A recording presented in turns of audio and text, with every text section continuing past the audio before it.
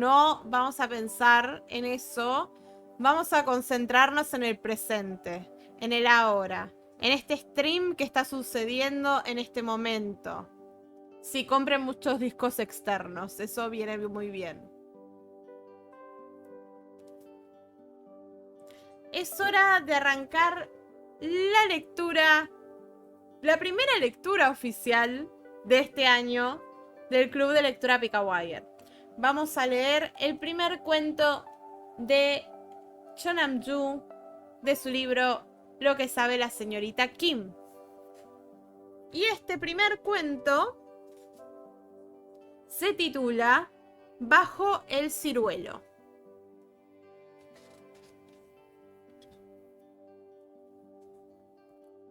Vamos a arrancar. Creo que ahí me voy a subir un poco más el micrófono. Creo que ahí está bien. Ahí se me escucha bien. Quiero chequear esto por las dudas. Se me escucha bien porque tengo el micrófono medio lejos, pero es porque tengo el libro en el medio. Genial. Bien, ustedes vayan comentando en el chat, el libro y todo. Yo voy a leer. Ahora arrancamos con Bajo el ciruelo.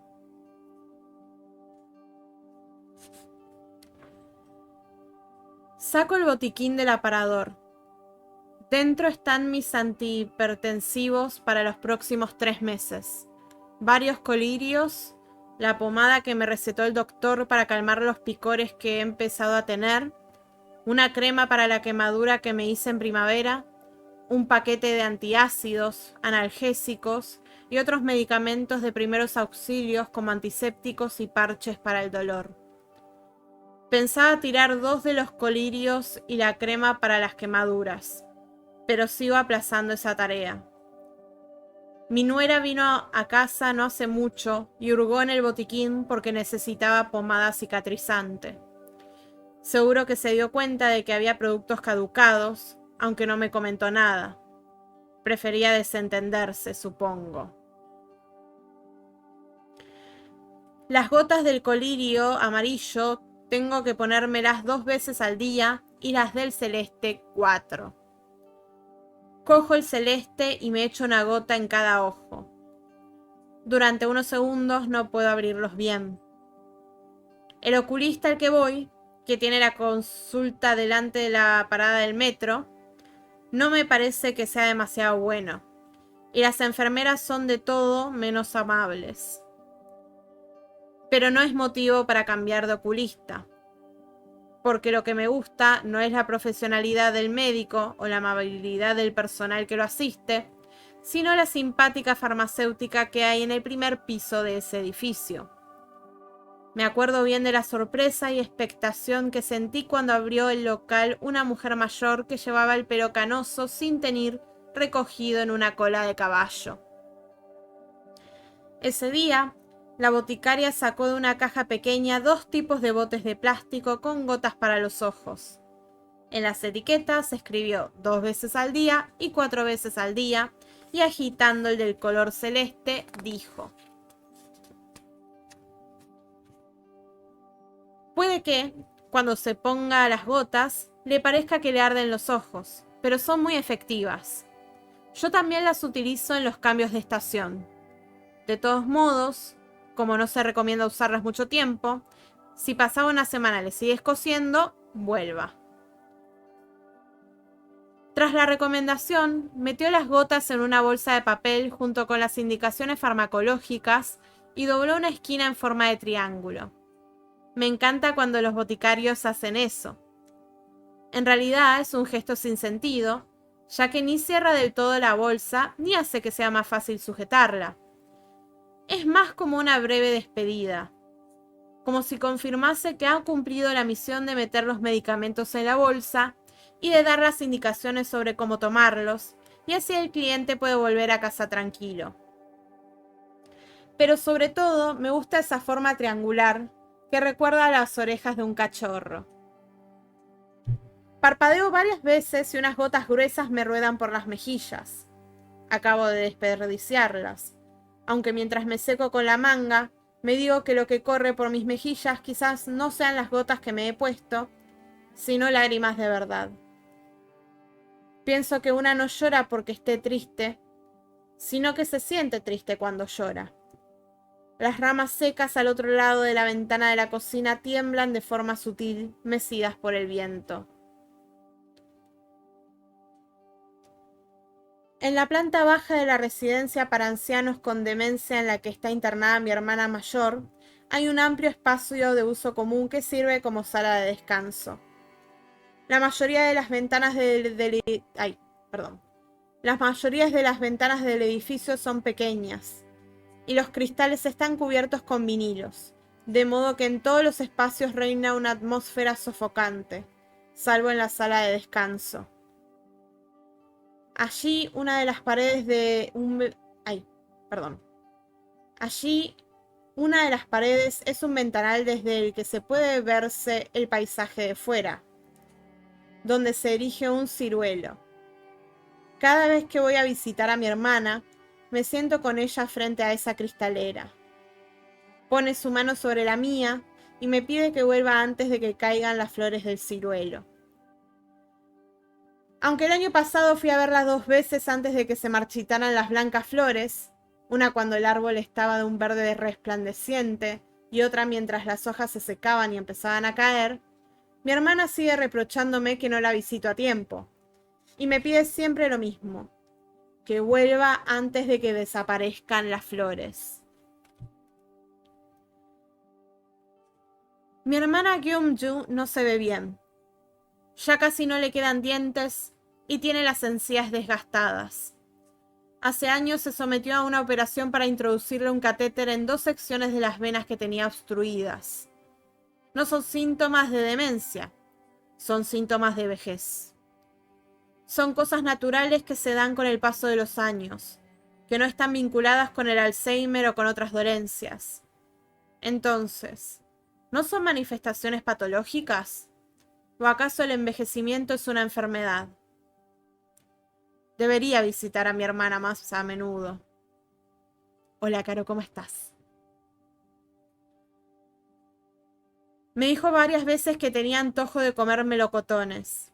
Lamentablemente, como no es temporada, le compré unos de almíbar. También un enjuague bucal, por si eso mitiga su mal aliento, que no puedo esquivar cuando se acerca a la cara para hablarme de algo. Aunque no sé si llegará a usarlo. Se nota que su cuidadora la quiere mucho. Cuando la fui a visitar la otra vez, casi me regañó y me advirtió de que podía tragárselo. No entiendo por qué dice que necesita un enjuague bucal, si huele muy bien. ¿Usted cree que sí? Como se olvida de tomar agua y se queda con la boca semiabierta, mi hermana siempre tiene los labios cortados. La cuidadora le unta bálsamo. Entonces, de forma casi automática, ella se frota el labio superior contra el inferior. Es preciosa, la halaga la cuidadora mirándola fijamente. ¿Cómo? Que su hermana es preciosa. Como se ha pasado toda la vida esforzándose por mantener los ojos bien abiertos para que nadie la engañe y apretando los dientes para tragarse las humillaciones o las injusticias cotidianas, mi hermana tiene unas arrugas tan profundas alrededor de los labios en el ceño que parecen cicatrices de cortes de cuchillo. Antaño se vanagloriaba de que tenía el cutis de seda gracias a los vagos que se daba a diario en la cocina, junto a las ollas con caldo de ternera hirviendo. Pero después de cerrar el restaurante no tardó en perder esa cualidad y en sufrir de rojeces, con la cara siempre tan colorada como los borrachos. Y ahora su rostro está repleto de manchas de la edad. ¿Se puede decir que esa cara sea preciosa?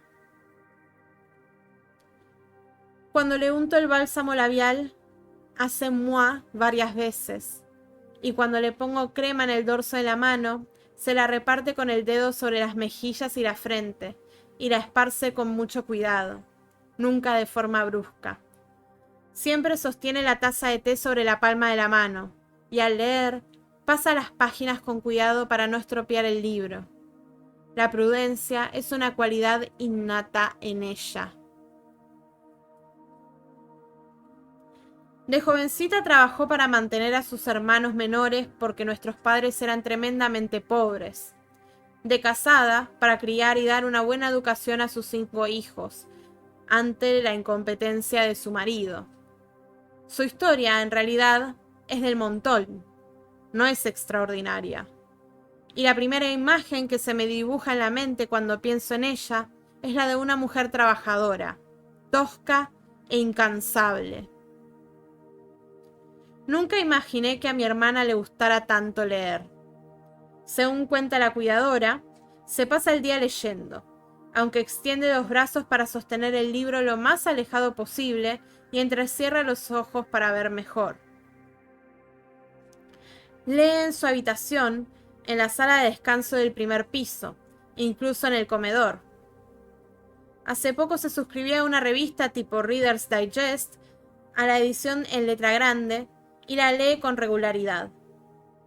Su nuera la informó de que había publicaciones para las personas con mala vista y además le llevó varios libros de ensayo impresos en letra grande. Una tarde, cuando la visité, estaba dormida con una edición de esa revista en el regazo. La cuidadora me comentó que siempre se dormía en la misma postura. Con cuidado, se la retiré de debajo de las manos y le pregunté a la enfermera si creía que mi hermana se divertía leyendo.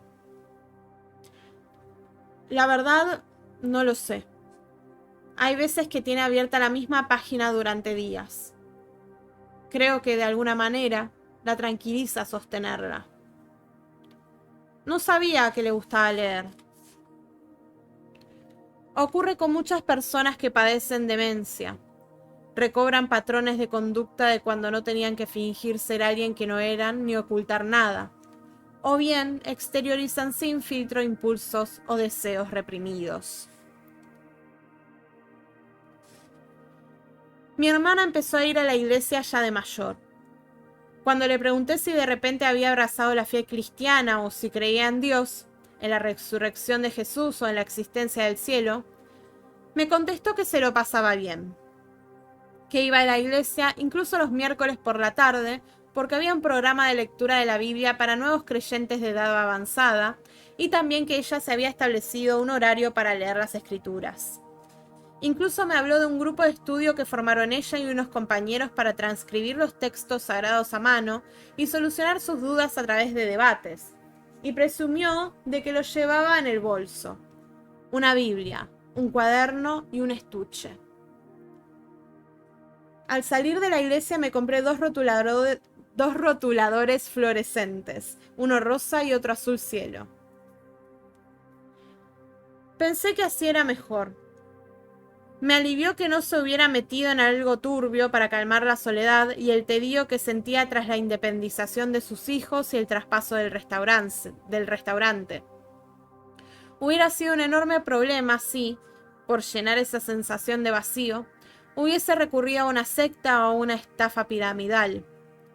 Por eso no le di más importancia a que hubiese elegido ir a la iglesia, estudiara la Biblia y pudiera leer sin inconvenientes las diminutas letras de ese libro. Me alegro por ti. Es bueno tener un refugio emocional. No importa si es la fe cristiana o el budismo.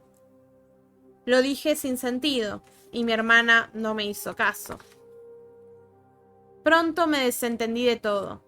De su religión, de su fe, de su salvación. Un segundo, voy a tomar agua.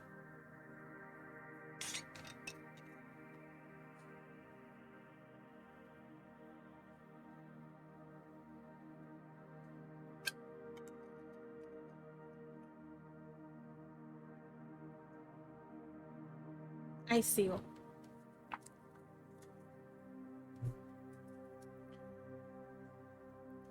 Llego a la residencia 1 hora y media después de salir de casa, tras varios cambios de autobús.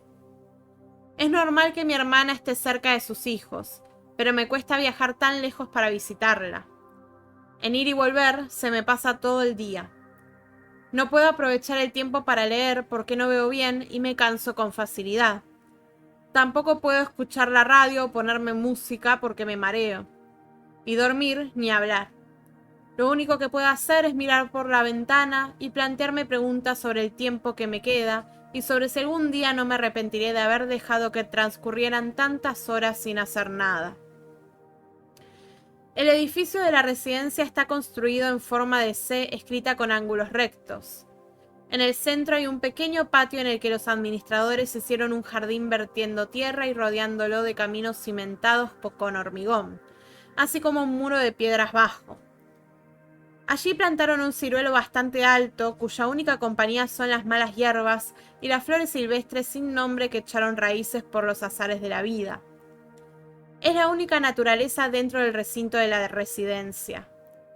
Vista desde fuera, mantiene una relación armónica con el viejo y bajo edificio que la alberga. Sin embargo, desde dentro, el jardín, sobre todo el ciruelo, desentona con el entorno, pues lo que se divisa es apenas un árbol sobre un paisaje de fondo gris, compuesto por carreteras, coches y las obras de un complejo de edificios residenciales al otro lado de la calle. El ciruelo parece un anciano desterrado que ha decidido detener su viaje sin rumbo en tierra de nadie. Gracias a las cuidadosas podas, el árbol tiene bien arregladas sus ramas secas. Es difícil saber si está vivo o muerto. En su breve época de bienestar económico, mi hermana tenía varios bonsáis en casa. Recuerdo haber preguntado a mi cuñado si esas plantas no eran artificiales. Para mí, era imposible imaginar que unos árboles tan pequeños plantados en macetas minúsculas pudieran ser de verdad. Ante mi ignorancia, él dedicó un buen rato a explicarme la razón de la existencia de un arte como ese, su belleza, utilidad y valor. Aún así no llegué a entender los bonsáis al 100%. ¿No estarían mejor en un bosque entre los montes, el cielo y las nubes?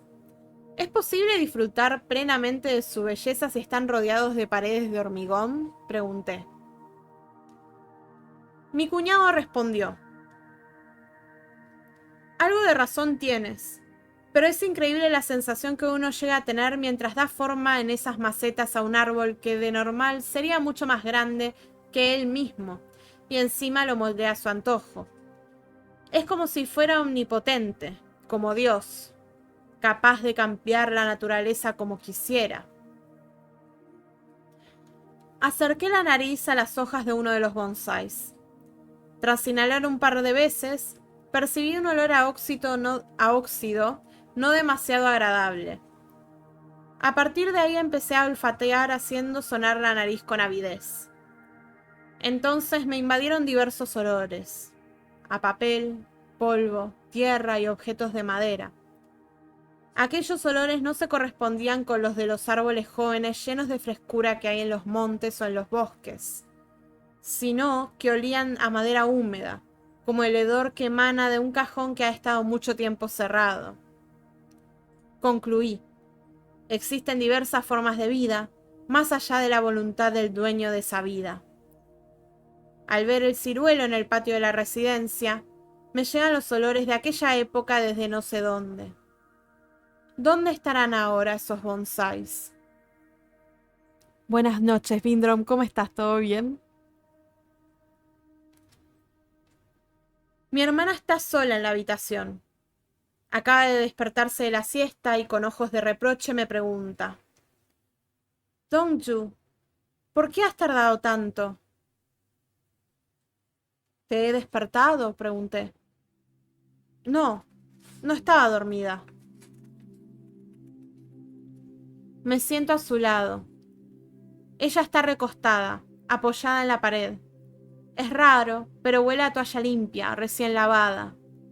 ¿La habrán limpiado las cuidadoras? Hueles bien, le digo. Dongju,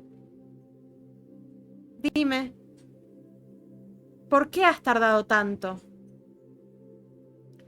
Lo siento, ¿No te conté que mi nieta dio a luz? Estos días la niñera está de vacaciones y mi nuera y yo la estamos ayudando con la criatura. Bueno, mi nuera hace todo el trabajo, pero me canso solo de verla. Además, ya soy vieja. Voy a cumplir 80 dentro de poco. Dongju. ¿Sí? Mi hija también dio a luz. Dentro de un rato mi yerno vendrá a recoger el caldo que he preparado para ella. Con ese caldo de ternera se recuperará rápido del parto y podrá dar de mamar al bebé. Sí, pero me echa en cara que no la visito y que no voy a verlo.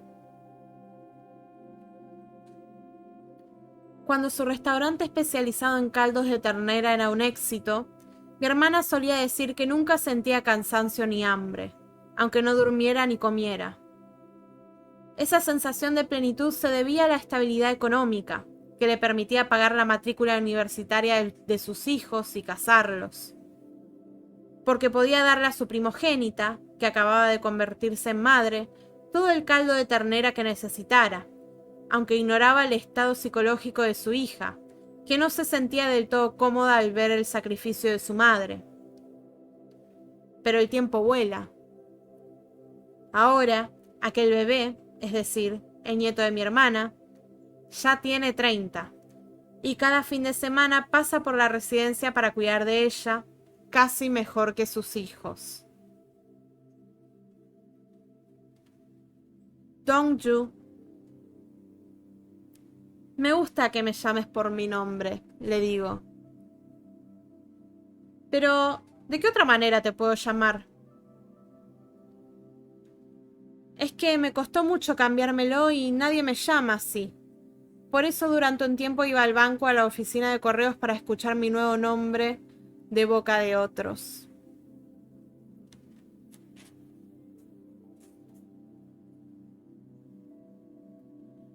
Cuando le conté que deseaba cambiarme de nombre oficialmente ante el registro civil, mi marido se burló de mí. Dijo que, como el hospital era el único lugar donde llamaban a los ancianos por su nombre, era un sinsentido adoptar uno nuevo. No se opuso.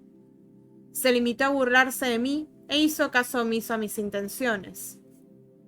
Frente a su desconsideración, nunca volví a comentar nada al respecto. Al final, cuando falleció, una vez acabaron el velatorio y el entierro, lo primero que hice fue ir al registro civil y solicitar el cambio de nombre. Alguien que estuviera al tanto del orden de los hechos podría decir que esperé a que mi esposo muriera. Mis hermanas tenían nombres bonitos.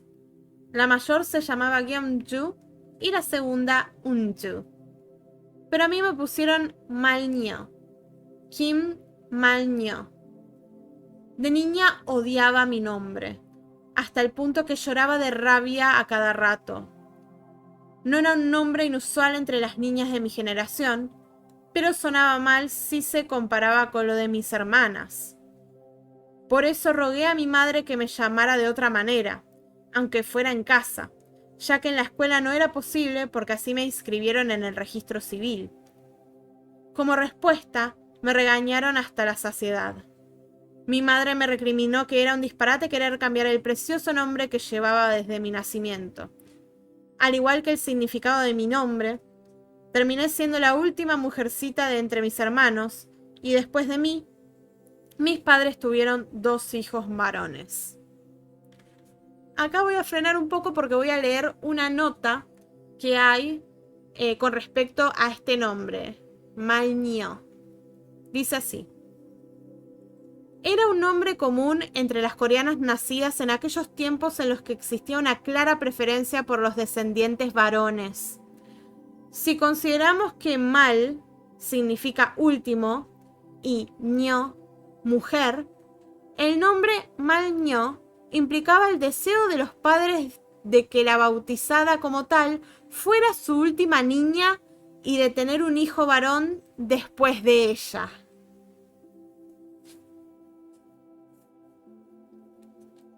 Fin de la nota. Para tener un poco de contexto, ¿no? Así, mi nombre resultó ser un amuleto para mis padres al darles los descendientes masculinos que tanto habían estado esperando y, en particular, al hacer realidad el sueño de mi madre de ser la esposa perfecta capaz de proporcionar hijos varones para continuar el linaje.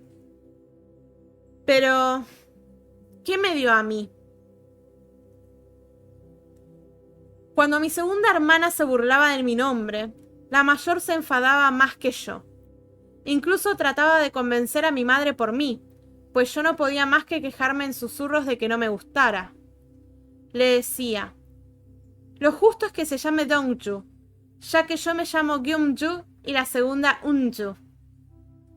Aclaración de estos nombres, nota, dice, Gyum significa oro en coreano y plata. De ahí la propuesta de bautizar a la tercera hija como Dongju, pues Dong significa bronce. Fin de la nota. ¿No sería difícil localizarla o identificarla si se pierde por los diferentes que son su nombre y los nuestros? ¿Es necesario que sigas llevando el nombre de Mal Nio si ya tuviste 2 varones después de ella? ¿O acaso quieres tener más hijos? Ahora que lo pienso, su conducta me provoca risa, aunque en aquel momento sus preguntas me parecían lógicas. Pero la lógica no fue suficiente para persuadir a mi madre, que cuando mi hermana sacaba el tema, la silenciaba con un simple cállate. En ausencia de los mayores, mi hermana solía llamarme Dongju en voz baja. Hasta me explicó que, al cumplir la mayoría de edad, podría cambiarme el nombre. Sin embargo, incluso cumpliendo los 20, seguí siendo Mal Nio durante 40 años más, pues no fue hasta mucho después de cumplir 60 que pude convertirme en Kim Dongju. Cuando al fin sostuve entre las manos el carnet de identidad con mi nuevo nombre, corrí a enseñárselo a mi hermana mayor, quien aún más emocionada y con lágrimas en los ojos, me dijo que para ella siempre había sido Dongju. Dongju. Dime, le contesté. ¿La operación de Unju salió bien? Por supuesto. Me alegro. Sí, fue un alivio para todos. A mi segunda hermana, cuando cumplió los 50, la operaron de cáncer de útero. No fue suficiente que le extrajeran el útero y los ovarios, ya que después de la cirugía tuvo que someterse a quimioterapia para prevenir la reproducción de tumores en otras partes cercanas del organismo, como la pelvis. Sufrió mucho, aunque no por eso se rindió. Luchó hasta que los médicos la clasificaron como un caso de éxito de superación del cáncer. 20 años después, falleció de cáncer de pulmón. Ni en ese momento puso cara de desesperación o reproche. Tampoco se quejó de que le afectase esa enfermedad cuando jamás había tocado un cigarrillo ni había tenido fumadores a su alrededor. Al contrario, se rió comentando con sarcasmo que si el cáncer no la dejaba en paz era porque se había encaprichado con ella. Frente a esta reacción, no pude más que reírme también. Al volver a casa, acostada sola en la cama, sentí una profunda tristeza y miedo a la vez. No tendrías que haberte reído, me arrepentí. ¿Por qué reaccionaría de esa manera? Esa noche, el remordimiento me atormentó y no pude conciliar el sueño. Como no podía hacerse nada más, decidió darse de alta.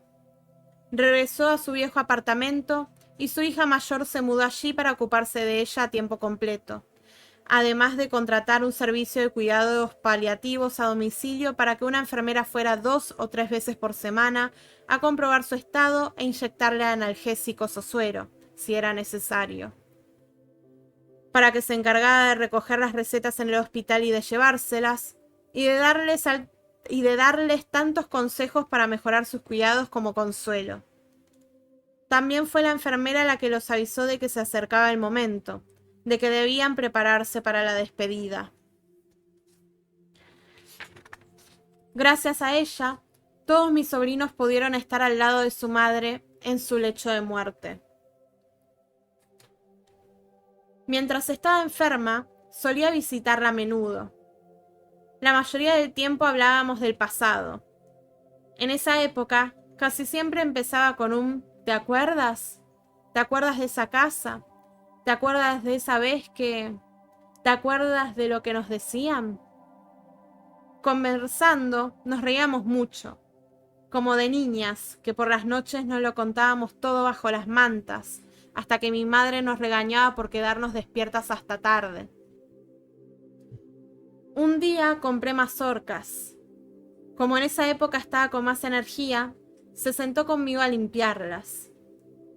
En la sala de estar tendimos varias hojas de papel de periódico para no ensuciar el suelo, y mientras quitábamos las hojas y el pelo, conversábamos. Mi hermana me habló, por enésima vez, de la quimioterapia a la que tuvo que someterse. El tratamiento fue muy, pero muy duro. Me lo imagino, le contesté. El doctor me decía que no provocara calor... Perdón. El doctor me decía que no provocaba calores ni nada, pero sentía como si me hubieran prendido fuego, como si me quemara. Es perfectamente posible. Lloraba y gritaba sin parar, agregó temblando. Pero gracias a la quimio estoy aquí, viva a esta edad, limpiando mazorcas con mi hermanita envejecida. A estas alturas, me parece que la vida era mejor cuando podía arriesgarme, intentar lo que fuera para sobrevivir. Por aquel entonces vivía como un caballo de carrera con anteojeras. ¿Has dicho hermanita envejecida? Si eres más vieja que yo. Mientras nos echábamos una siesta, mi sobrina coció el maíz.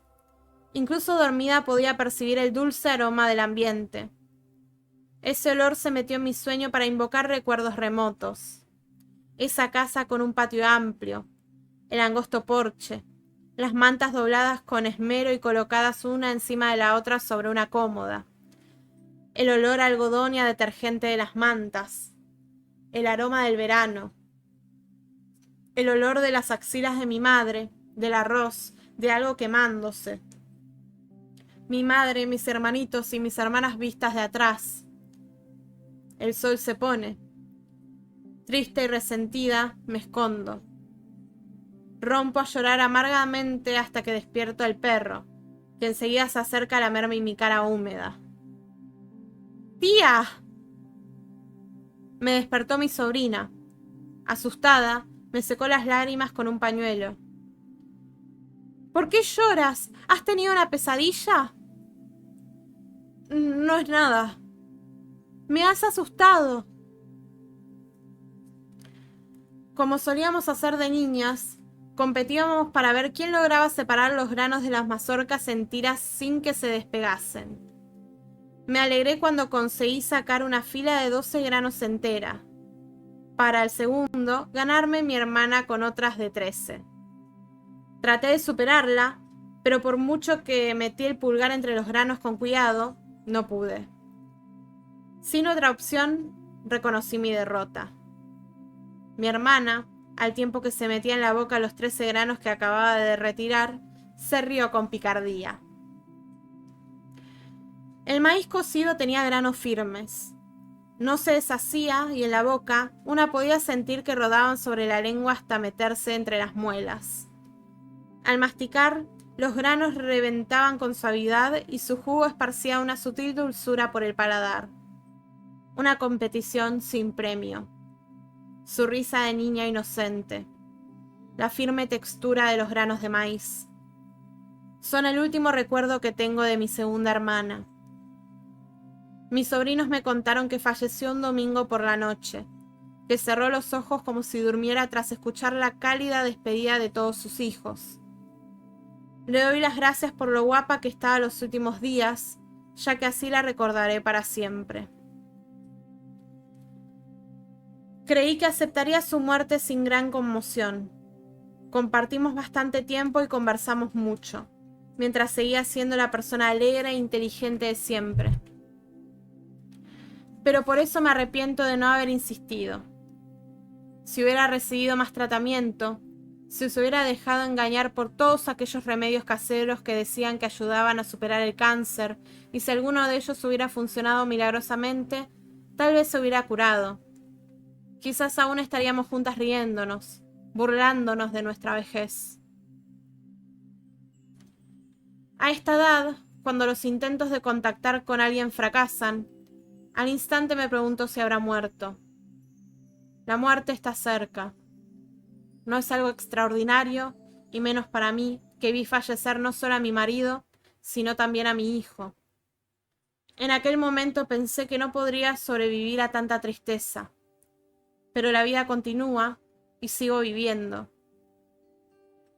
Solo siento un enorme vacío por tener que disfrutar sola de lo bueno de este mundo, comer lo que ellos jamás pudieron probar o visitar lugares a los que nunca tuvieron la oportunidad de viajar.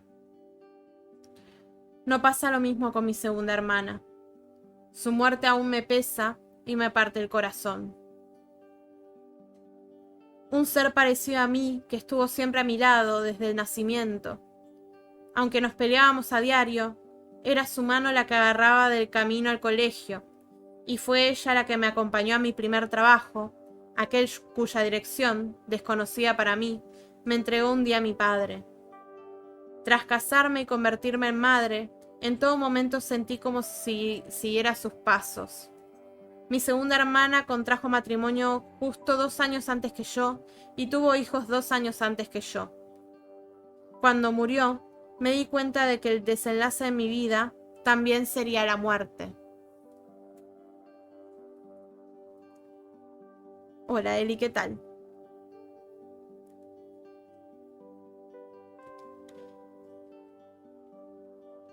Me pide que la lleve a la sala de descanso, que la sofoca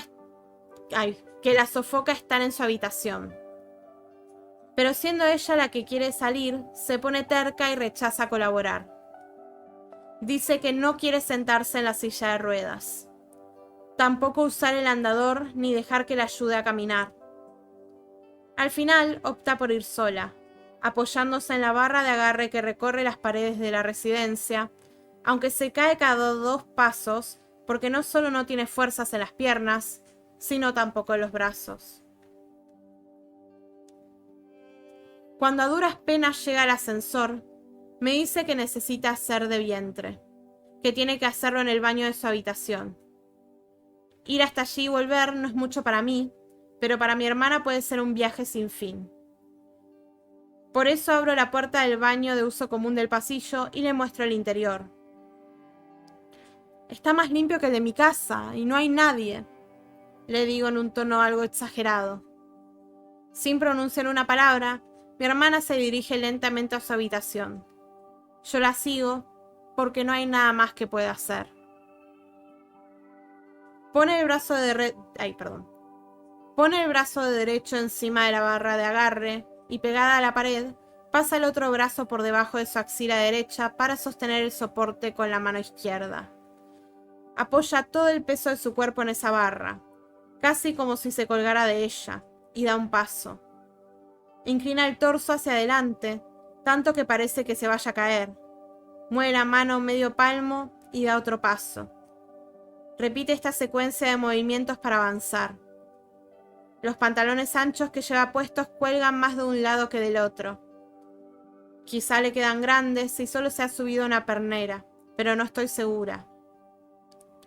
Lo que noto es que va pisándose la bota derecha. Creo que hemos tardado unos 20 minutos en llegar, pero veo el reloj de la pared de la habitación de mi hermana y me doy cuenta que solo han pasado 8. Desde el baño me indica que no le sale. Al final, después de mucho rato, se levanta del inodoro.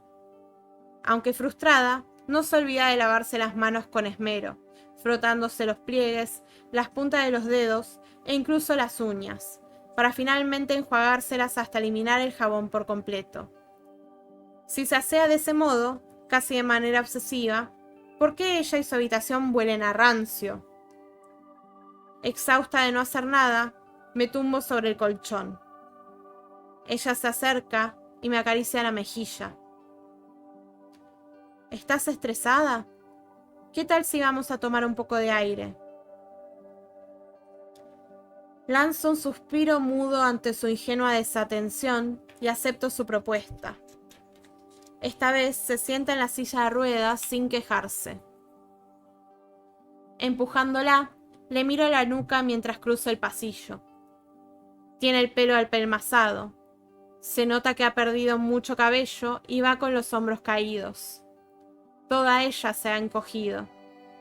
Parece un bicho bola gigante por la jorobada que está. ¿Por qué tienes este aspecto?, murmuro. No me escucha. Antes de la demencia, si bien estaba igual de vieja, no se la veía tan mal. Me pregunto si será posible separar el cuerpo y la mente para que funcionen de forma individual, sin interactuar. Pero me pregunto, ¿existe la mente humana? ¿El alma? Dongju. Dime, le digo. Vamos demasiado rápido. Me estoy mareando. Me detengo. Espero unos segundos y vuelvo a empujar la silla. Me cuesta hacerla rodar de nuevo, por eso sujeto más fuerte las empuñaduras y trato no tanto de usar los brazos, sino de avanzar empujando con todo el cuerpo. Apenas puedo acelerar a falta de un par de metros para llegar a la sala de descanso.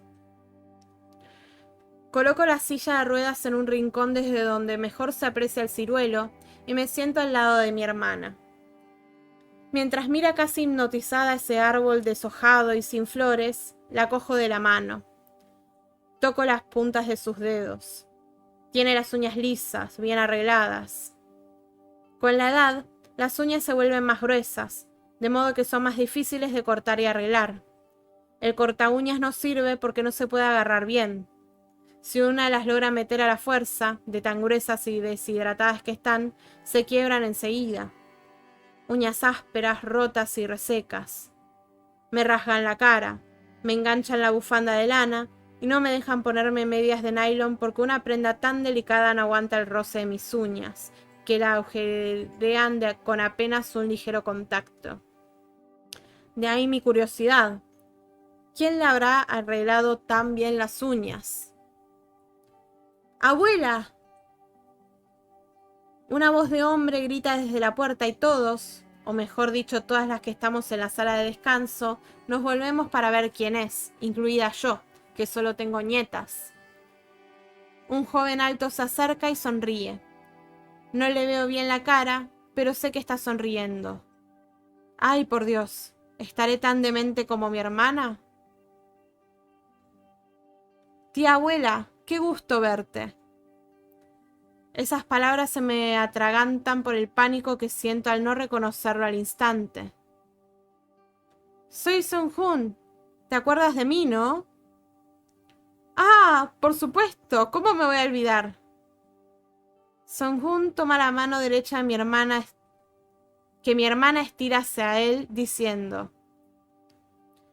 Fíjate, Dongju, ¿has visto lo mayor que está ya mi Wonchol? Me habían contado que Wonchol, o sea, mi sobrino, el hijo mayor de mi hermana, nunca viene a visitarla. Que por cuestiones económicas dejó de verse con sus hermanos y que perdieron el contacto. Y que ni mucho menos paga su parte en los costes de la residencia donde está su madre. Eso me dijo mi sobrina Won-suk, madre de Sung-Hoon, hermana menor de Wonchol e hija mayor de mi hermana. Los gastos de internar a su madre en aquella residencia para ancianos se repartían, entonces, entre el resto de los hermanos, dividiéndolos de manera equitativa, mientras Sung-Hoon era el que la visitaba más a menudo.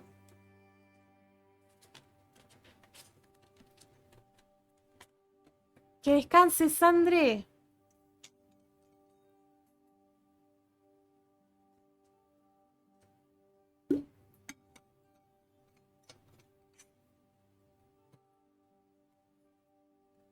Digo.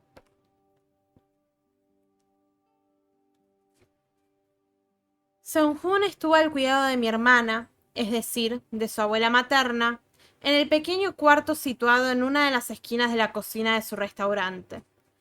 Ella se hizo cargo de él porque Won-suk se lo pidió, dado que ésta trabajaba a tiempo completo. El niño era tranquilo y se pasaba el día sin chillar ni patalear, durmiendo la siesta y jugando solo. A ratos iba a las mesas reservadas para los clientes. Se sentaba en una y coloreaba. Cuando le hablaba a un desconocido, respondía con monosílabos por miedo y timidez, aunque nunca con descortesía. Y cuando le regalaban dulces, lo agradecía como un niño educado, pero nunca se los comía de inmediato. Primero se los llevaba a su abuela. Como era un muchacho tranquilo y encantador, cuidarlo era la tarea más fácil del mundo. Sin embargo, después me enteré de que fuera de ese espacio pacífico bajo el amparo de su abuela, Seung-hoon vivió momentos duros, pues sus compañeros solían burlarse de él e incluso era víctima de acoso y agresiones físicas. Cuando estaba en quinto de primaria, lo acosaron varios chicos de secundaria. Mi hermana se enteró casi un año después, cuando por casualidad encontró moretones en las piernas de su nieto, que tenía la costumbre de apartar las mantas mientras dormía. Seung-hoon le confesó que esos chicos no solo le habían robado dinero y lo habían forzado a obedecerlos, sino que encima le habían pegado, quemado con cigarrillos y amenazado con darle una paliza si los delataba o los denunciaba a la policía. Sin dilatación, mi hermana acudió a su guarida, un pequeño edificio de 2 plantas que habían desocupado para llevar a cabo inminentes obras de restauración. Siguió las indicaciones de su nieto y pudo entrar sin dificultad atravesando la puerta del vigilante al lado del aparcamiento. Dentro del bolso que colgaba de su hombro llevaba un machete de carnicero con una hoja de 30 centímetros, un poco curvado en la punta y más afilado que un cuchillo de cocina. Fui al carnicero y compré una costilla entera de cerdo. La ensarté en el cuchillo, pero aún asomaba la afilada punta. Al entrar en el edificio, vio a 3 muchachos cuyas caras les resultaban familiares. Se reían con malicia junto a la ventana. Cuando abrió la puerta, se quedaron helados, sorprendidos ante la repentina aparición de un adulto. Mi hermana, levantando el cuchillo con la costilla de cerdo ensartada, los amenazó. Les dijo que a diario descuartizaba una vaca entera, que abría la tripa del animal, le sacaba las entrañas, los deshuesaba y lo despellejaba hasta hacer caldo con la carne y los huesos. Que la piel, las entrañas y la grasa las tiraba a una bolsa de plástico tan grande que dentro cabía una persona adulta. Y que esas bolsas iban directamente al vertedero de residuos alimentarios para ser desmenuzadas y enterradas. ¿Estás loca? Los amenazaste. ¿Qué hubieras hecho si esos chicos hubiesen avisado a sus padres y ellos te hubieran denunciado a la policía? En ese momento no lo pensé. Estaba temblando. Esos chicos me daban miedo. Eran más altos que yo y se los veía fuertes. Si se me hubieran abalanzado los 3 juntos, habría podido quitarme el cuchillo. ¿Y te atacaron? Pregunté. No. Se quedaron quietos escuchándome. Por eso les dije, tratando de sonar firme y tajante, que no volvieran a molestar a Seung-hoon y volví sobre mis pasos. Cuando regresé al restaurante, me fallaron las piernas. Incluso cerré la puerta con llave por si venían a por mí. ¿Y fueron? No. Y dejaron de acosar a Seung-hoon. Ya más calmada, le pregunté. ¿Pero en serio descuartizás una vaca tú sola? No. ¿Para qué? Si venden la carne y los huesos ya limpios. ¿Y por qué ensartaste una costilla de cerdo si la carne que cocinás es de ternera? Esos chicos no saben distinguirlas. La escogí porque es más barata y porque entera impacta visualmente. ¿Y con la costilla de cerdo qué hiciste? Preparé un guiso con kimchi. A Sung-hoon le encantó. Sung-hoon creció sano y fuerte, nutriéndose con el delicioso guiso de costillas de cerdo con kimchi y la impulsiva intrepidez de su abuela. En esa época, yo también cuidaba a mi nieta porque mi hijo y mi nuera trabajaban y no tenían con quién dejarla. Mientras la niña estaba en el colegio, solía ir al restaurante de mi hermana. Pero a veces, por circunstancias de las que ya no me acuerdo, me la llevaba conmigo. Entonces, mi nieta y Sung-hoon hacían los deberes juntos. La niña, 3 años mayor que Sung-hoon, le enseñaba a hacer las tareas, le prestaba libros, en fin, lo trataba con cariño, como a un hermano pequeño. El camino entre mi casa y el restaurante de mi hermana era largo, pero disfrutaba de ayudarla y de aquellas tardes que compartíamos. Pasada la hora del almuerzo, cuando se reducía el ajetreo del restaurante y disponíamos de un momento de descanso, aunque breve, mi hermana y yo nos sentábamos a tomar un café con hielo. En mis no tan breves 80 años de vida, jamás he conocido a una persona que preparara mejor que ella el café helado. Siempre usaba una cucharita, que antaño era de Sung-hoon, para servir en cada taza 2 cucharaditas de café instantáneo, 3 de crema en polvo y 4 de azúcar. Luego echaba un poco de agua caliente y ahí agregaba el hielo. Siempre que le preguntaba cuál era su secreto, repetía las marcas más famosas de café instantáneo y de azúcar del país. Pero un día comentó algo diferente mientras mordía un cubito. Tomo el café con hielo al lado del fuego, junto a una olla gigante con caldo hirviendo. Aquí, sudando por el calor sofocante de esta cocina que apesta a grasa animal, todo sabría a cielo, incluso la lejía. ¿Qué dices? Entre los 1000 ejemplos que me podías poner, escoges la lejía. Lo que dijo me inquietó. Temí que en su comentario pudiera reflejar alguno de sus impulsos ocultos. No te lo tomes tan a la tremenda. Además, el cansancio se me alivia en cuanto toco las manos de mi nieto. Si bien antes era lo más suave y tierno del mundo, como pequeños dumplings, ahora parecen unos bollos grandes y calientes. Mi hermana preparaba dumplings de formas y tamaños perfectos, y las manos de su nieto, que ella describía como bollos, eran tan grandes que ya no cabían en las suyas. Ha crecido mucho, pensé.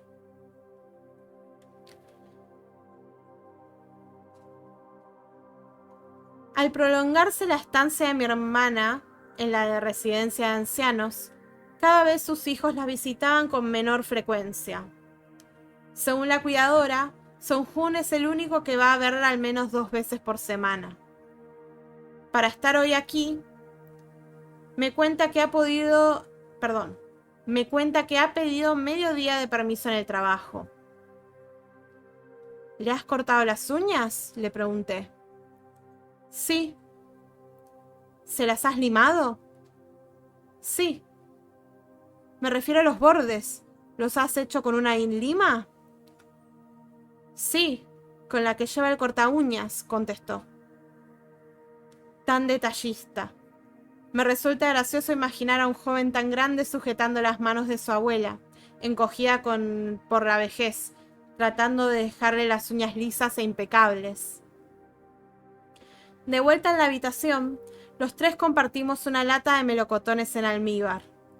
Reímos mientras hablábamos de todo y pasamos un rato ameno, hasta que, después de limpiar la mesa, de repente mi hermana vomita lo que acaba de comer, ensuciando no solo su ropa, sino también las mantas y el colchón. Entro en pánico, sin saber qué hacer, pero Sung-hoon coge unas toallas húmedas, le limpia la boca y las manos a su abuela y llama al personal de la residencia. También se encarga de bañarla, mientras un bedel cambia las sábanas y la funda del colchón. Durante bastante rato, ambos actúan como si formaran un equipo, cambiando a mi hermana como unos especialistas y la acuestan con cuidado. Después de tomarle la temperatura, el trabajador de la residencia nos aconseja llevarla al hospital, aunque afirma que no tiene fiebre. Si bien el vómito puede ser síntoma de indigestión, también existe la posibilidad de que sea una señal peligrosa de alguna inflamación en el organismo o de una obstrucción en las arterias. El bedel intenta calmar a Sung-Hoon, que se muestra angustiado. ¿Te ha asustado? Creo que es mejor estar seguros de que no le pasó nada malo, pero dudo que sea algo grave. No te preocupes. Gracias, Evie, que estés bien. Gracias por pasarte. Mi hermana, cansada después del vómito y el baño, se duerme.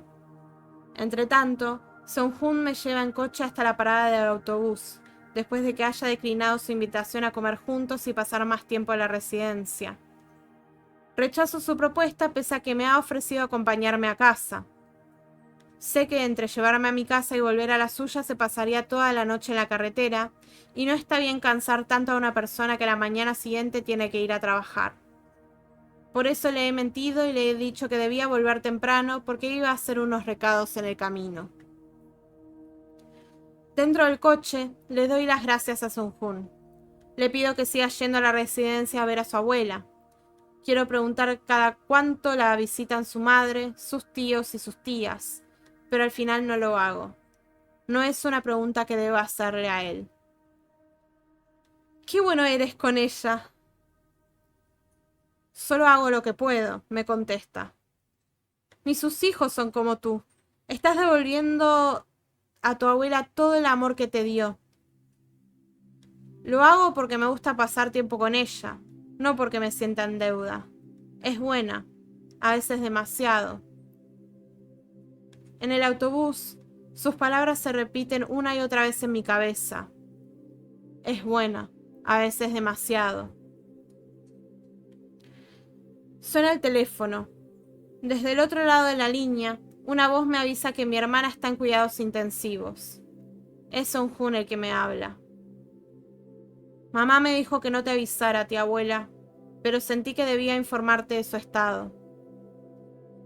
El reglamento sobre visitas me impide verla. Como los hijos y los nietos tienen prioridad, supongo que la espera hasta que llegue mi turno será larga». Pasan 2 días hasta que me permiten visitarla. Nadie se imagina mi angustia durante ese tiempo, el miedo que siento al pensar que no volveré a ver a mi hermana o que quizás se quede en cuidados intensivos de forma indefinida. Me cuentan que alguien del personal de la residencia se la encontró desmayada frente al baño. Nadie sabe cuánto tiempo estuvo ahí, ni por qué fue al lavabo si de noche duerme con pañal. Desde ese momento, la mayoría de los órganos de su cuerpo han dejado de funcionar como deberían. Tumbada en la cama, el montón de cables que lleva en la boca y en las fosas nasales no permite que se le vea bien la cara. Todos lo intuyen. Ha llegado el momento. «Kyung-Chu, hermana». La llamo, pero mi mente se vacía y no sé qué decir. Recuerdo que siempre empezaba a hablar sin parar hasta de los detalles más tontos de mi día a día para escucharla pronunciar mi nombre. Me culpo por haberle llevado melocotones en almíbar en un intento por conseguir alguna información sobre su estado. Mi mente sabe que no está así por los melocotones, pero no puedo evitar sentirme responsable ante mi hermana, ante Sung-Hoon y ante el resto de la familia. Por eso me detengo con las manos quietas, cruzadas sobre el ombligo como una niña castigada, hasta abandonar la UCI. Al no encontrar a Sung-Hoon por ningún lado, le pregunto a Won-Suk dónde está. Ella responde con un largo suspiro. «No entiendo qué le pasa». «¿A qué te refieres?», pregunto. «Los tratamientos que le están haciendo a mamá no sirven de nada. No puede respirar sin el ventilador mecánico y la noradrenalina a estas alturas sería imposible mantenerle la tensión estable. Apenas está viva y no sabemos si se recuperará. Como la ponen a dormir constantemente, no podemos ni cruzar la mirada. Tampoco podemos verla cuando queremos porque el horario de visitas es muy estricto en cuidados intensivos. Con todo, Sung-Hoon insiste que no la dejara, pero a estas alturas no creo que abandonar esos tratamientos sea renunciar a mamá. ¿No crees que podrás ser la que más sufre en estos momentos? Tal vez te equivoques, pienso. ¿Qué dicen los médicos? Pregunto. Que tenemos que decidir entre intubación y reanimación cardiopulmonar. Si no deseamos recurrir a ninguno de estos dos métodos, debemos firmar una carta de consentimiento. Entre mis hermanos y yo ya hemos decidido dejarla descansar, pero Songjun insiste. No hay nada que yo pueda hacer o decir, solo coger a mi sobrina de las manos. Al notar mi cariño, empieza a sollozar con la cabeza gacha. Puede parecer raro, pero de repente siento envidia de mi hermana. Veo a Songjun sentado en el banco que está delante de la recepción, solo, como una isla, en medio de una amplia sala casi vacía porque ya ha terminado la atención en consultas externas. Vacilo. No sé si es mejor acercarme o disimular. Entonces, Songjun me ve y corre hacia mí. ¿Ya te vas? Te llevo, me dice. No te molestes, o no me crees capaz de andar sola. ¿Cree que me voy a perder? No, ¿qué dices? Me gusta charlar mientras conduzco. Déjalo, no creo que para un jovencito como tú sea divertido conversar con una anciana como yo. De verdad, me gusta. Me entretengo muchísimo hablando contigo, dice poniendo el brazo alrededor de mis hombros. Su calor me hace pensar en mi hijo mayor. Una vez, cuando estaba en bachillerato, hizo ese mismo gesto mientras íbamos por la calle. Me sentí feliz, segura, protegida. En ese momento me dejaron de importar todas las frustraciones, todo el miedo, toda la indignación que me provocaba mi marido. Era paradójico que después de lo asfixiada y hastiada que había sido mi vida bajo la sombra de mi padre y luego bajo la vigilancia de mi esposo, me refugiara en otro hombre, mi hijo. De pronto me doy cuenta de mi ligereza al comprender que considero a Songjun un buen chico, cariñoso, con un corazón enorme, solo para mi tranquilidad, para apoyarme en él en cierta medida. Mientras arranca el coche, Songjun me pregunta si he hablado con su madre. Aunque no he hecho nada malo ni inadecuado, siento pinchazos en el estómago. Hago comentarios que nada tienen que ver con la respuesta que el muchacho espera oír de mí. Que hace tiempo que no veía a su madre, que ya se le notan los años. Pero al final añado que me ha parecido que está muy preocupada. Songjun dice sin reparo que su madre tiene razón, que ella sabe lo que piensa el resto de la familia, que es muy consciente de lo que les inquieta y que sabe que su decisión es la mejor a estas alturas. El problema es que no puedo imaginar un mundo sin mi abuela. No espero un milagro, solo quiero que viva. Pero mira, si yo fuera ella, odiaría estar así, acostada en el hospital sin poder hacer nada. ¿Qué sentido tendría la vida?, pregunté. Ante el semáforo que acaba de cambiar a ámbar, el coche desacelera y frena en la línea de detención. Entonces, ¿cómo es una vida con sentido?, pregunta Songjun. Incluso después de comprobar que el corazón de mi hijo ya no latía, rogué al médico que por favor lo salvara. Le supliqué que, aunque no pudiera abrir los ojos ni hablar, aunque tuviera que estar toda la vida anclado a aquella cama de hospital, hiciera lo posible y lo imposible por mantenerlo con vida. Le insistí en que no podía morir de esa manera porque tenía una hija soltera y una madre anciana. Y lo dije en serio. En ese momento estaba convencida de que la mera existencia de un marido, un padre o un hijo podían sostener a la familia, pese a estar en coma. Ahora me pregunto si la situación de mi hermana es tan diferente a la de mi hijo por aquel entonces. ¿Acaso no es la misma? ¿Y yo? Me acerco a la muerte cada día sin hacer nada productivo.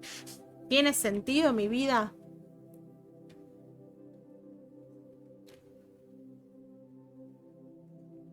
Songjun me dice que pasemos por la residencia porque, cuando trasladaron a mi hermana al hospital, no tuvo tiempo de recoger sus pertenencias. Mientras va por ellas, decido quedarme en el coche, pero enseguida me entran ganas de ir al baño. Voy al que está en el primer piso y espero a Song Joon en el vestíbulo. Un hombre cruza la entrada empujando una silla de ruedas en la que va sentada una señora. Ambos visten igual, con la bata de la residencia. ¿Serán marido y mujer? ¿Amigos? ¿O se conocieron en la residencia? Veo mi imagen solapada en el rostro inexpresivo de esa mujer. Eso me agobia, y más al imaginar las caras exhaustas de mi nieta y mi nuera empujando la silla. De pronto el ambiente se vuelve sofocante y me obliga a salir del edificio. Es de noche y todo está oscuro. La única luz que veo es la iluminación en naranja pastel que, con calidez, alumbra la pared exterior de la residencia y el ciruelo. Despacio, camino hacia el árbol. Es la primera vez que lo veo tan de cerca. Huelo a polvo, a tierra, a árbol viejo que ha vivido tiempos inimaginables. Extiendo la mano para tocar la corteza. Es áspera, pero no me hace daño. O tal vez tengo las manos callosas. Después de examinar el árbol durante bastante rato, me doy cuenta de los brotes verdes de las ramas y de cómo nacen del grueso tronco, que brilla gracias a la iluminación. Puedo identificar todas las formas del árbol. Cuando cae la noche, primero se aguza el olfato, luego el tacto y por último la vista. Toco una de las ramas inferiores y la acaricio hasta que algo saliente roza la punta de mis dedos. ¿Será un insecto? El pánico me petrifica. Soy incapaz de apartar la mano. Pero como no puedo aguantar la curiosidad, muevo los dedos con cautela. Ese algo es pequeño, frío y terso. Más que un insecto, podrían ser larvas. Estiro el cuello y entorno los ojos para ver qué es. Es nieve. Nieve de invierno que refleja unas luces de color púrpura, en contraste con el verde de los brotes sobre la rama. Doy unos pasos atrás y miro hacia arriba. Hay nieve en todas las ramas. En algunas es muy densa, mientras que en otras se dispersa, dejando ver el verde que empieza a germinar. Cuando llegue la primavera, la nieve cederá su lugar a las flores. Y si las blancas flores cubren el viejo árbol, la seca y áspera corteza quedará oculta tras un montón de delicados pétalos. No es difícil imaginar un tan conmovedor y hermoso paisaje. Puedo hasta percibir el aroma que emitirán las flores de ciruelo de una forma tan nítida como si esa fragancia fluyera en este preciso instante hacia mi nariz. En primavera, el viento hará que los pétalos salteen como mariposas y al final caigan como nieve. De pronto, un copo aterriza sobre la punta de una rama. Parece un pétalo. Miro el cielo. Nieva al ralentí. Los copos parecen flores, pétalos. Mi hermana a menudo me pedía que fuera a visitarla antes de que las flores se marchitaran. Me lo decía cuando las del ciruelo estaban en todo su esplendor y también cuando no quedaba ninguna en el árbol. Ahora lo entiendo, Gyeongju. Ahora sí. Flor es nieve y nieve es flor, como invierno es primavera y primavera es invierno. Ay, hermana mía.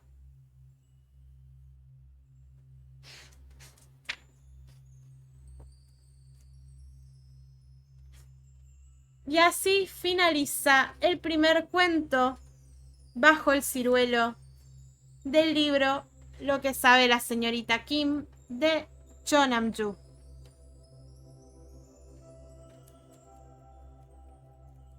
Chasquidos, chasquidos, chasquidos. ¡Ay, hola, Gerchu! No vi que había llegado. Buenas noches. ¿Qué tal? ¿Cómo la pasaron? Empezamos fuerte, ¿no?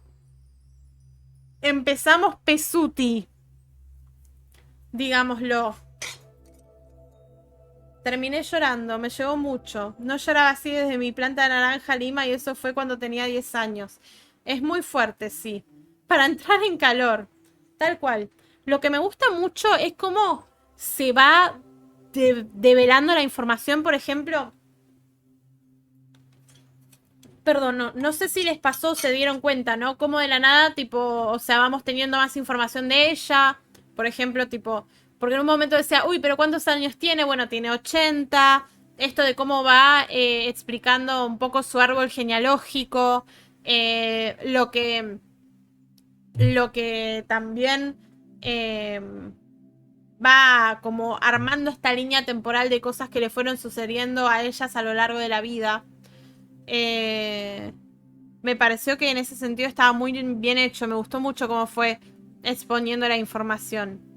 Y sí, te hace sentir mucho, justamente. Se puso existencial también hasta el final, tipo, porque también creo que más allá de tipo lo vincular que tiene este cuento con respecto a lo familiar, también es como esa conciencia de la mortalidad que va teniendo la protagonista.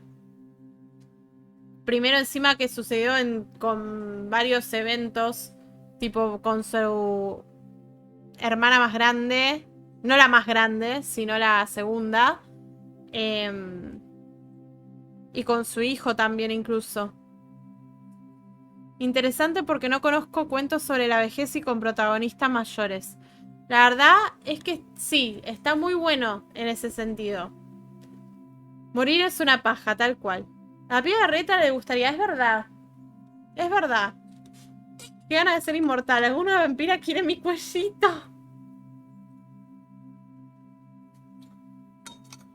Gracias, Beyoncé, la One, por ese follow. Gracias también, Willy Caballero. Perdón que no agradecí los follows antes. Estaba con la lectura.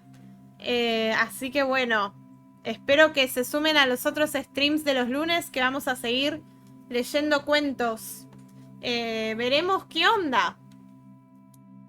Tengo entendido, porque hice la contratapa, que todas las protagonistas de estos cuentos tienen el apellido Kim y, o sea, son contextos distintos, así que tal vez nos encontremos con edades distintas, contextos distintos.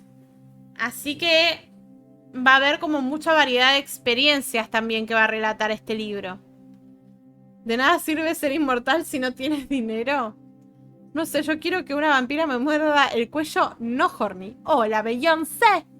Oh, killing me softly. Yo solo quiero ser inmortal si me caso con Lady Dimitrescu. Tremendo. Ay, justo estaba terminando la playlist de lectura. Ahí volvemos a la otra playlist.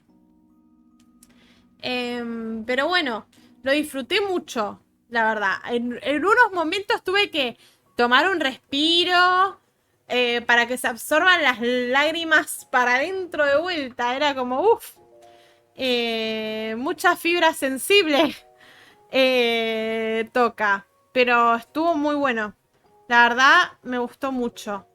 Y me da mucha curiosidad por los otros cuentos que van a venir en los próximos lunes. Ah, hay un cuento que se llama como se titula el libro. Se llama Lo que sabe la señorita Kim. Ahí va. Mirá, e incluso tiene un cuento que es dentro de todo actual. Porque se llama, es el último cuento que se llama Primer Amor 2020. Así que veremos qué onda. Este libro se publicó en 2021. Y la primera edición acá en Argentina fue el año pasado en mayo. Datos. Ah, y acá está el título. Les puedo leer el título original en japonés. No digo que lo vaya a pronunciar bien, ¿no? Pero en coreano. Dije en japonés. Qué falta de respeto. En coreano. Se titula Uriga Sun Got Miss. No lo debo haber pronunciado para nada bien. Dios. ¿Qué será lo que sabe la señorita Kim? Lo averiguaremos. Tal cual, porque hay un cuento con ese nombre. Sentí feo por el nieto. Ay, sí. Más tierno el nieto encima. Voy a escuchar canciones de María y pone antes de dormir. Está bien. Te juntás con otros vampiros para ranchar en las noches, te regillas. No me llegó tanto de la muerte propia, pero sí de la pérdida de los seres queridos. Re. La parte de la demencia me llegó porque acompaño a una señora con demencia y hay días más tristes que otros. Tal cual. Tal cual. ¿Qué se sentirá que tu abuela te quiera tanto para ir a amenazar gente? Una grande la abuela, ¿eh? La abuela lo dio todo. Pero sí. Lo de los seres queridos es tremendo. A mí me rellevó eso también. Basada. Lo que se dice. La primera abuela basada. Ay, Dios. Pero bueno. Es muy grosa.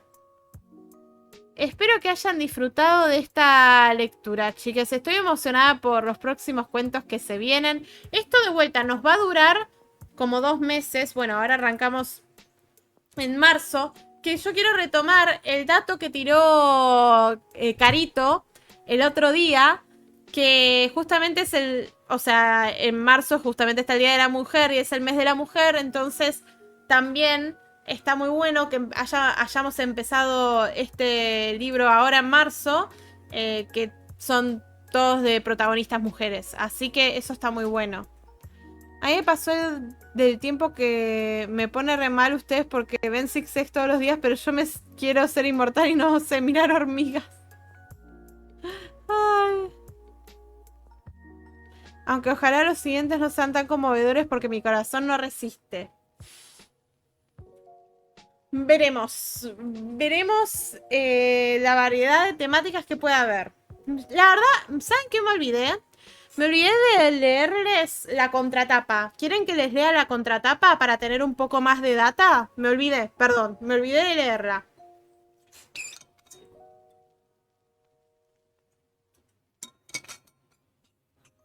Creo que lloraremos los lunes.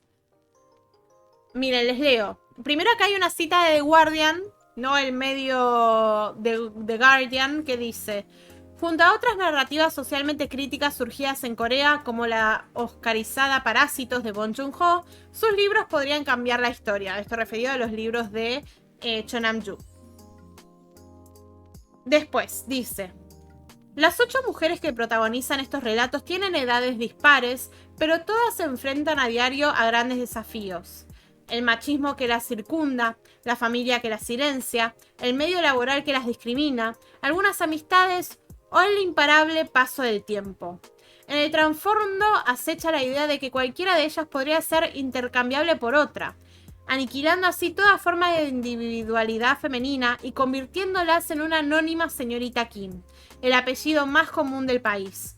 Un personaje fantasmagórico y omnipresente que carga con todas las injusticias que pesan sobre las mujeres en la sociedad contemporánea. Lo que sabe la señorita Kim esboza un fresco feminista de Corea del Sur a través de la prosa afilada de Cho Nam-joo, a quien la crítica considera ya una referente en la lucha de las mujeres y la voz más importante que ha surgido en Asia en los últimos años.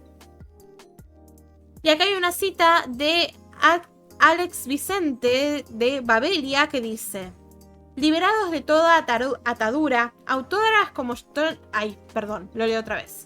Liberados de toda atadura... La palabra atadura, me lengua la traba.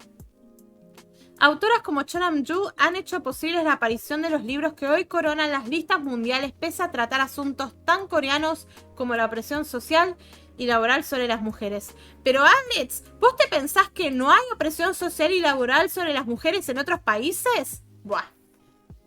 No sé, este es el chabón que comentó acá. Pero lo del medio es tipo el resumen que hacen del libro. Imaginé que sería el apellido más común. No sé por qué, claro. ¡Ay, Dios! Asuntos tan coreanos, tiro. ¡Qué pelotudo! ¡Me muero! ¡Ay! Bueno. En fin. Yo me voy a retirar ya. Mira, justo se cumplieron 2 horas de stream. Yo ya me voy a retirar porque, bueno, son cuentos largos. Es como cuando leíamos los capítulos de...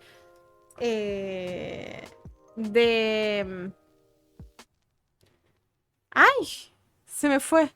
De la metamorfosis. Pasa que la metamorfosis es la mitad de esto. Entonces es mucho texto cada cuento.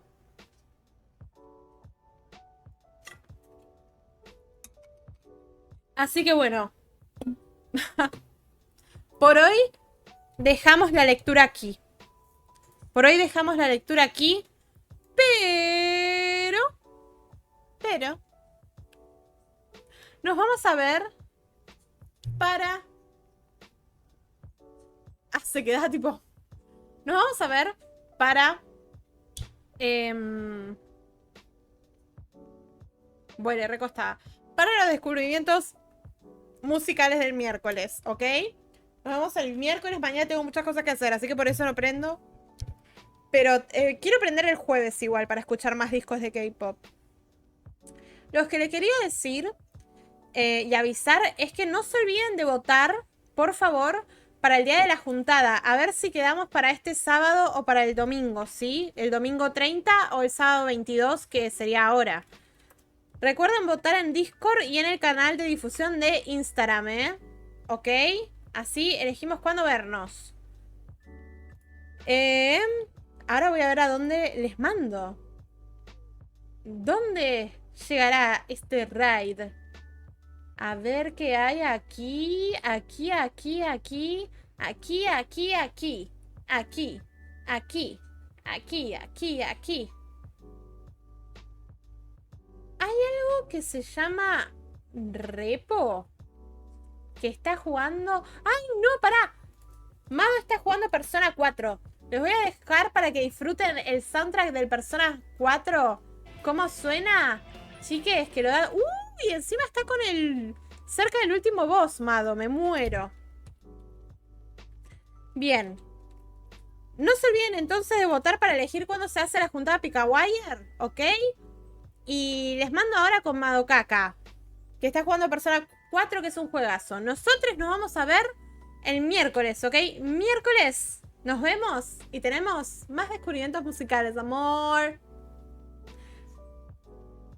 Que estén muy bien, gente. Espero que tengan y que sigan con una muy buena semana. Que les sea leve. Que estén muy bien. Y que parece que pinta que va a estar lindo por estos lados de la temperatura. Así que esperamos no sufrirla. Pero igual cuídense con el cambio de temperatura que hay de la tarde a la noche. Y de la mañana a la tarde. Así que gracias por haber estado esta noche. Gracias Carito, gracias Isralun, gracias Luli, gracias Kale, gracias Leoncito, gracias Vindrom, gracias Manu, gracias Mati. Gracias a todos quienes hayan estado esta noche. Que esté muy bien. ¡Mua! Les quiero. 1000 besos. 1000 besitos. Besitos con duraznos en almíbar. Chao, Winter. Que estés muy bien. Espero que hayas disfrutado la lectura. Adiós. Nos vemos. Bye.